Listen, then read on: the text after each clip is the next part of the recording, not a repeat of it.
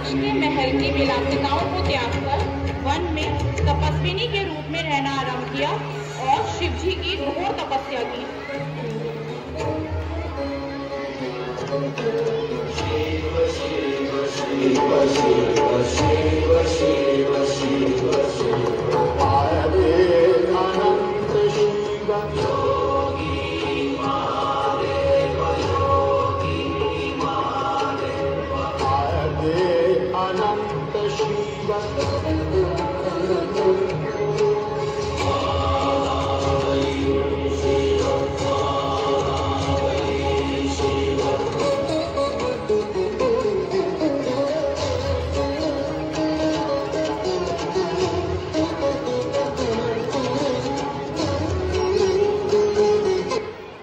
माता सती की इस तपस्या से प्रसन्न होकर शिवजी ने उन्हें वरदान दिया कि वे शीघ्र ही उनसे विवाह करेंगे।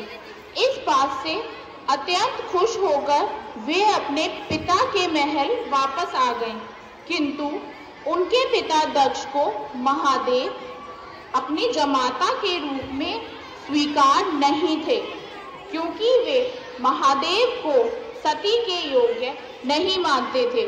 उनका कहना था कि सती का विवाह शिव से नहीं होना चाहिए। कुछ दिन बाद शिव जी बारात लेकर आए।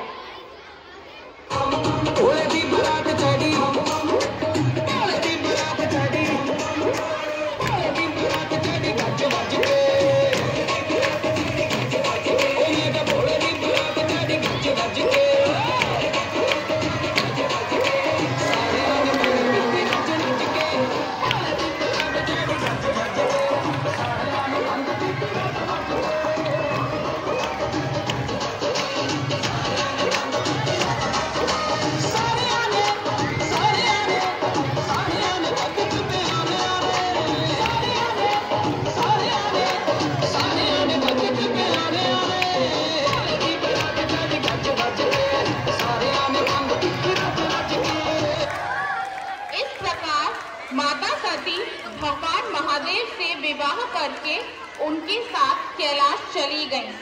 भगवान महादेव को अपमानित करने के उद्देश्य से महाराज दक्ष ने अपने महल में एक विशाल यज्ञ का आयोजन किया, जिसमें उन्होंने सभी देवी देवता, गंधर्व, यक्ष, राजाओं व राजकुमारों को आमंत्रित किया, परंतु भगवान महादेव को आमंत्रित नहीं किया।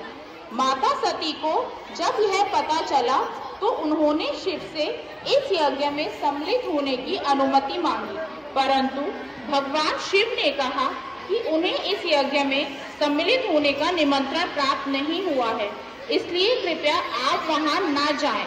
परंतु माता सती ने सोचा कि अपने ही पिता के घर जाने के लिए निमंत्रण की क्या आवश्यकता है।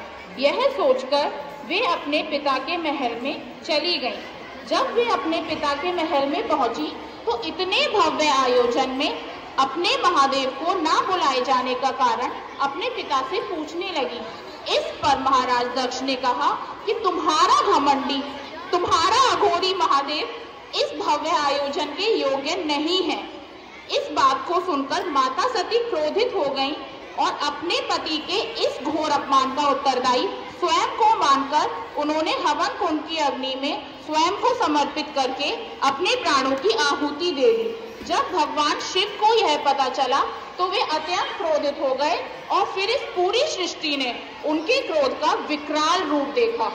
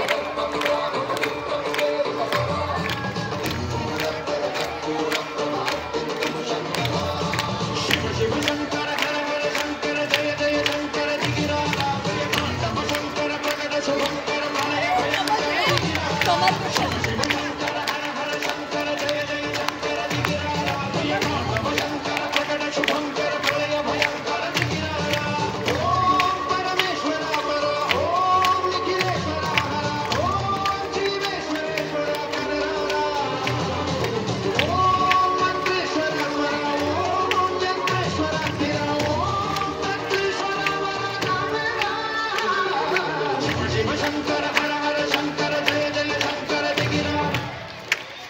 भगवान शिव के इसी क्रोध ने घमंडी दक्ष का सिर धड़ से अलग कर दिया। बाद में ब्रह्मा जी के निवेदन करने पर शिव जी ने उसको जीवन दान दिया। वह शिव माता सती के पार्थिव शरीर को उठाकर वहां से चले गए और पूरे ब्रह्मांड का चक्कर लगाने लगे। भगवान विष्णु ने शिव जी की यह दशा देखकर अपने सुदर्शन चक्र से माता सती के शरीर को 51 टुकड़ों में काट दिया। वे टुकड़े भारत की अलग अलग जगहों पर गिरे जहां शक्ति पीठों की स्थापना की गई। इसके बाद भगवान शिव अपनी तपस्या में लीन हो गए और माता सती ने कुछ समय पश्चात माता पार्वती के रूप में जन्म लिया और पुनः घोर तपस्या करके शिव जी को पति रूप में प्राप्त किया। माता सती व भगवान शिव ने इस संसार के समक्ष अनादिकाल तक चलने वाले अद्भुत प्रेम व समर्पण का उदाहरण प्रस्तुत किया।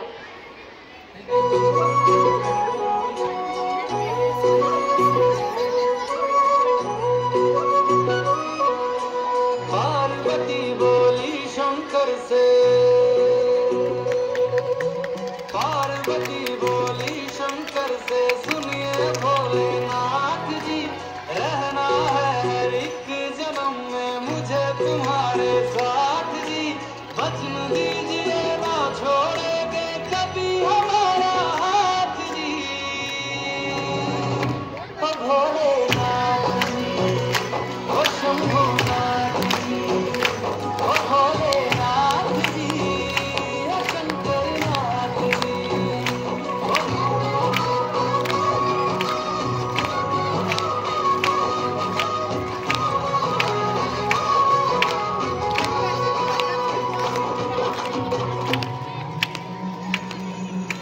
प्राण मेरे बसते हैं तुम में, तुम बिन मेरी नहीं गति।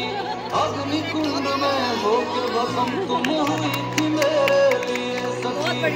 शिव